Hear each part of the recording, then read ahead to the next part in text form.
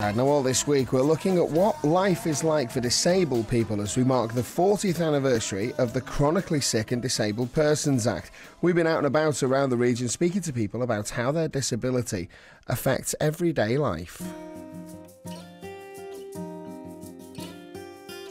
My name's Dougy Oliver. I've got spina bifida, which basically it's just a physical disability which limits mobility. When I'm out the house, I use a wheelchair. Although the disability can sort of change depending on who the person is. So some people with the same disability might not be able to walk at all, whereas I'm lucky I'm able to walk around the house and that kind of thing. I think it's got a lot better in sort of recent days where the main issues you're looking at things like access to buildings and things like that. I think obviously with recent laws and that sort of thing, it's got a lot better. I think when you're going into like older buildings and listed buildings, you're always going to struggle a lot more because they're obviously restricted with what they're allowed to do.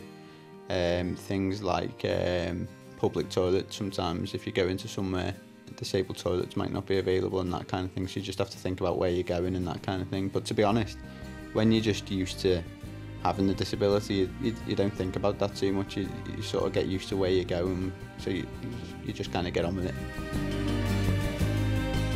Because I've obviously had a disability from birth, I don't see it as really affecting me that much. I mean, all the supermarkets are accessible. I mean, in my position, something like getting something off the top shelf, I just stand quickly and that sort of thing. So, no, I don't find it's too much of a problem, to be honest.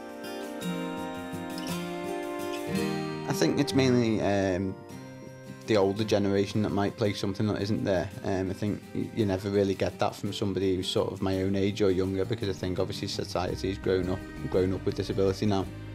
So again, it's something that's got a lot better in recent years. The only people who may place limitations, like I say, is people who are sort of haven't grown up with disability as such. I think older people sometimes have a tendency to sort of think that you can't do things that you sort of can do. I suppose in some ways they're only being nice. They might offer help where it's not kind of needed and that sort of thing, rather than just leaving you to it. And you don't tend to get that from a lot younger people. It can be a bit annoying at times, but I suppose again you just sort of get used to it, and I suppose they're only being nice, so you can't let it annoy you too much. But yeah, it can be a bit annoying. You're just approaching the person. You're not approaching a disability. Just treat them just like anybody else, and just speak to them, and don't be nervous in any way, really. I do a lot of sport, yeah. I play wheelchair tennis and basketball. But again, a lot of that all sort of takes place in accessible buildings. I have a lot to do with Greenbank over in Liverpool, so I do a lot of my sport with them as well. I've grown up with sport, so it's a big part of my life. I'm actually going towards a career in sports development. So I'm at university at the moment, so eventually I want to look at being a sports development officer.